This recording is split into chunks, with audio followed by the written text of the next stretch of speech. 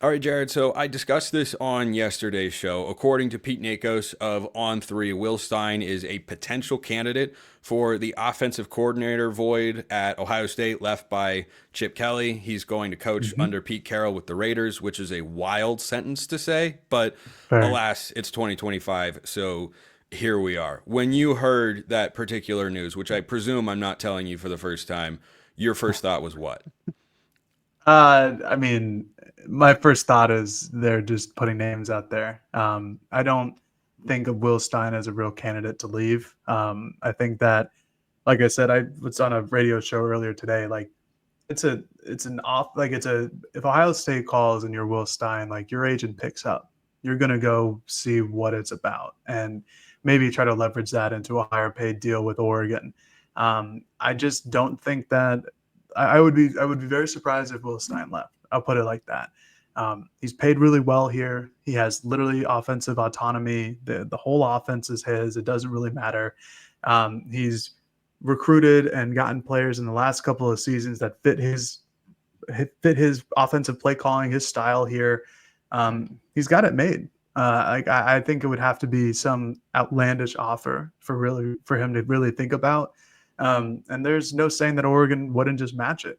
And I say that just because of Jim Knowles got whatever it was $3.3 million from Penn State to go Yeah, be their over yeah, defensive coordinator. around or over 3 million a year, which for a coordinator at any Right. school is insane.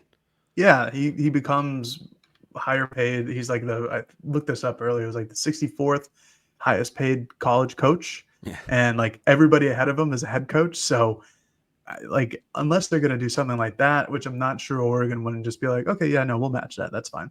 Like he's gonna be listed in all of these candidacies over the next however long he stays at Oregon, just because he's young, he's good at his job, he's up and coming, he can recruit, he's shown that he can recruit at least with the assets that Oregon has. And if you're a school like Ohio State, you got basically the same stuff. So yeah, I think if Ohio State wanted him, I understand why. It makes a lot of sense. But I'd be stunned if he left, if I'm being honest.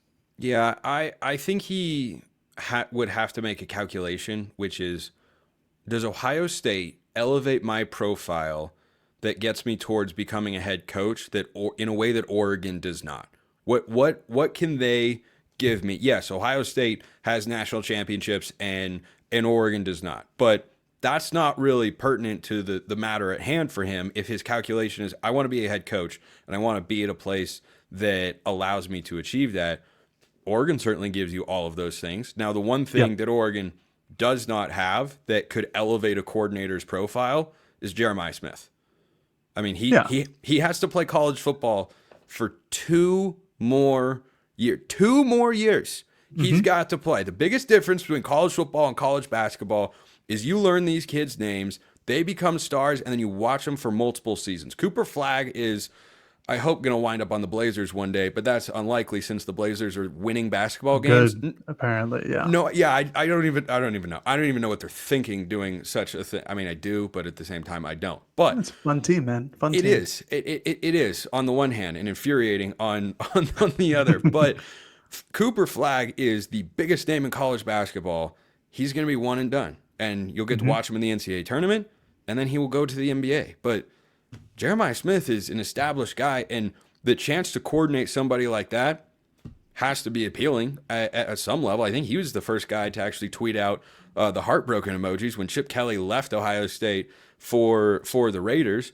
But on the flip side of things, Oregon's got Decorian Moore coming in, and I don't think the Ducks are void of talent or at a talent deficit to the Buckeyes to where Stein would be able to accomplish something in Columbus statistically that he can't do at Oregon.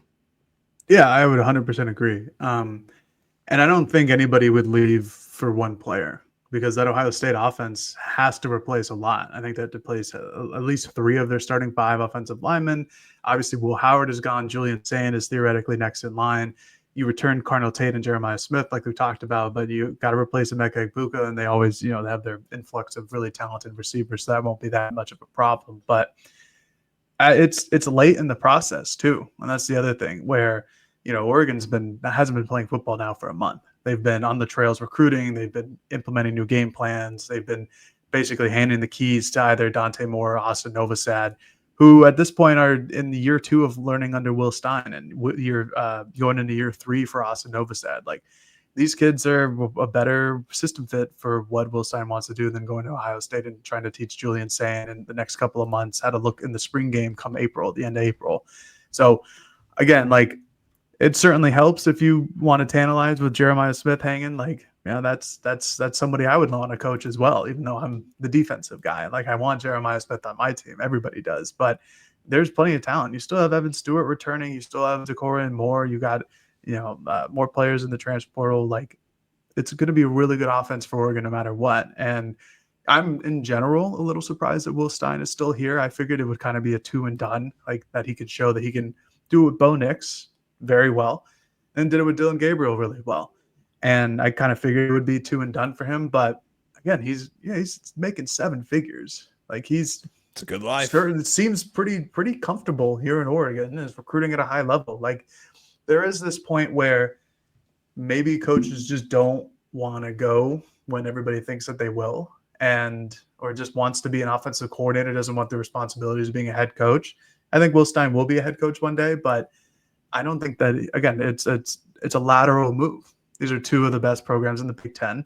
And if he went, again, I'd be incredibly surprised. I just don't think that there's enough to be like, yeah, no, that makes sense for him to leave. It's like he's got everything at his disposal here at Oregon, just like any coach on staff.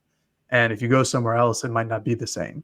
And granted, Ohio State's probably one of those programs in the country that is pretty similar to Oregon in terms of what they have on staff and all the amenities and the NIL stuff. But why would you leave? There's no obvious reason to me, at least. And I'm pretty shocked. But again, this will not be the last time Will Stein is mentioned to one of these. Kind of like how Dan in his first season was always linked to whatever big job opening there was. Florida, it never actually opened, but Texas A&M, Auburn, right. Alabama, exactly. all 3. Every last one. And if there's another big one, I don't know what it would be, but yeah, I wouldn't be surprised to see his name linked there again. And that's what's going to happen with Will Stein, with any Power 4 program or any Texas program, something like that. He'll be up there. Yeah, I agree. There was a report that he had interviewed for the San Diego State job last year. Like, that feels like the sort of opportunity that, if you get a good group of 5 offer to be a head coach, yeah, if that's the trajectory you want to go along. But some guys, Chip Kelly was a head coach for a long time, was at UCLA, and realized, yeah, I'm about the coordinator lifestyle. Just pay me a bunch of money and let me coach some ball. And it turns out he's still really good. But speaking of Will Stein and what he has to work with at Oregon, the Ducks have brought in 9 transfers this cycle, and always that makes some people uneasy because you're stunting the growth of this high school kid or that high school kid and whatnot. And I'm just about putting the most talented team on the field that you possibly can. But of the 9 transfers, which one do you think has the biggest impact at Oregon next year? Good question. I think it's Makhi Hughes. I think just like he's going to be the number 1 running back going into the year. He ran for almost 1,500 yards this past season at Tulane.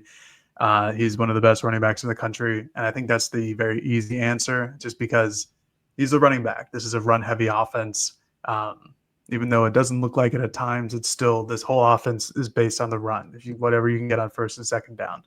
And you saw what Jordan James did. You've seen what Bucky Irving did 2 years ago. Like, this is almost an automatic 1,000-yard season if you're the number 1 running back here with Will Stein, or even with Kenny Dillingham back and Bucky Irving in that year, where you weren't really sure, where Bucky was a guy who had like 40 career carries going into that 1 year at Oregon. And Makhi Hughes is well known. He's ran for over 1,000 yards in both of his years. Like I said, almost 1,500 this past season. I think he's the easy answer. I think Isaiah World is going to be another guy that people are going to really pay attention to. I think he actually was just updated. He's the number 1 overall player in the transfer portal. He's huge. He's 6'8", over 300 pounds. Probably going to be Oregon's starting left or right tackle. I'm not exactly sure which one it is right now. He played all of last season at left, played the year before at right. So he's got versatility there. And defensively, it's got to be Dylan Thieneman, just because what we talked about before. And this is a defense that relies really heavily on its safeties. They need them to play aggressive. They need them to play fast. They need them to drop into coverage and come up and stop the run. He does all of those things. And the last guy is just Bear Alexander. He's a defensive interior lineman, and Oregon is missing both of those guys from last year. At least they're two starters. I have him paired up with Amari Washington on the inside. I think that's a very formidable duo up there in front. And again, when he is committed to the game, I'm not sure what happened at USC last season. I'm not going to speculate. I know there's a lot of rumors about that. The year prior, his first season at USC, he would have been, I think it was second or third on this year's Oregon team in pressures. That's pretty good. And you're relying on Oregon's scouting department, their player development department, and just Dan Lanning and Tosh Lupoy knowing what to do on defense and trying to turn him into a menace, because when he's on, he's a damn good ball player. So I think those guys are the clear ones. But I think all of them could have an impact one way or another. This is not like the first year under Dan where they're bringing in 20 kids and you're like, all right, I don't know what any of these guys are going to do. We'll find out eventually. And some of them did a lot, and some of them didn't do anything. I think these 9 players, a guy like Emmanuel Pregnon, like that's going to be your starting left guard. He's going to be really impactful, but they got the pick of the litter now. They're doing exactly how you should. They're recruiting really well at the high school ranks. They're developing talent, and now they're just plugging and playing where they need to, either on offense or defense. But I think Makhi Hughes, to go back to the question, is the number 1 guy.